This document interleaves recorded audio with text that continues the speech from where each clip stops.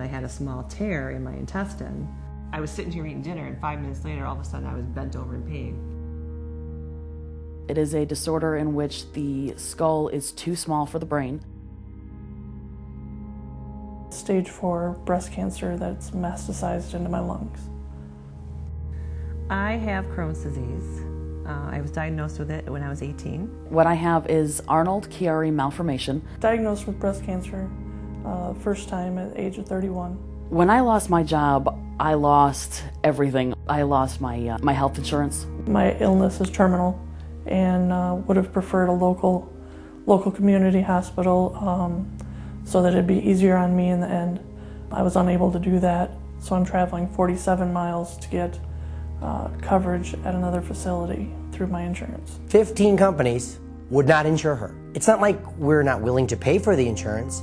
We're not allowed to have it because she has Crohn's. They don't want us. Healthcare is an issue that is personal to everybody. My constituents have stories. I have my own personal story as a mom, as a grandmother, as a daughter. And I think that we just have to get this taken care of. This affects everybody.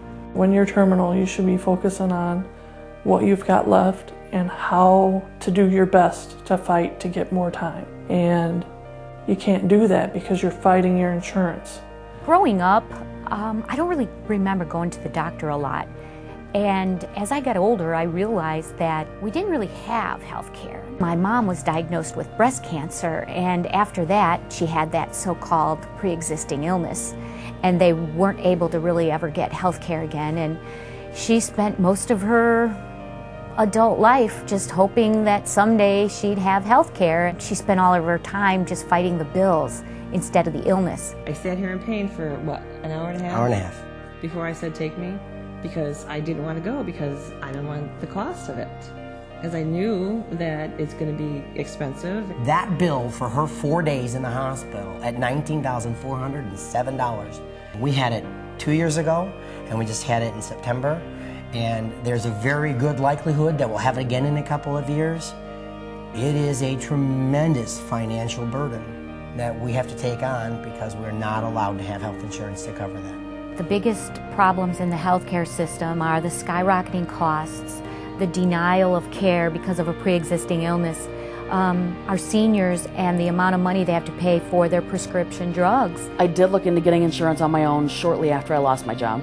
And I filled out the ungoshly amount of forms, and I got a nice little quaint letter back in the mail about a week later saying that I had too many pre-existing conditions, that there was no way that they could cover me, but thank you for applying anyway. I've been working on healthcare for many years. You know, I didn't wake up on August 1st and decide to start talking about healthcare. I started in the state senate. I knew that I didn't want people to live a life like my mom did. She knows exactly what we're going through, and so she's very adamant about getting this done and getting it for the people. It's nice to be on the same page with somebody that is in the position to help us make a change. There's a crisis out there, and if we do nothing, it's only going to get worse. There is a healthcare crisis, and I'm proof.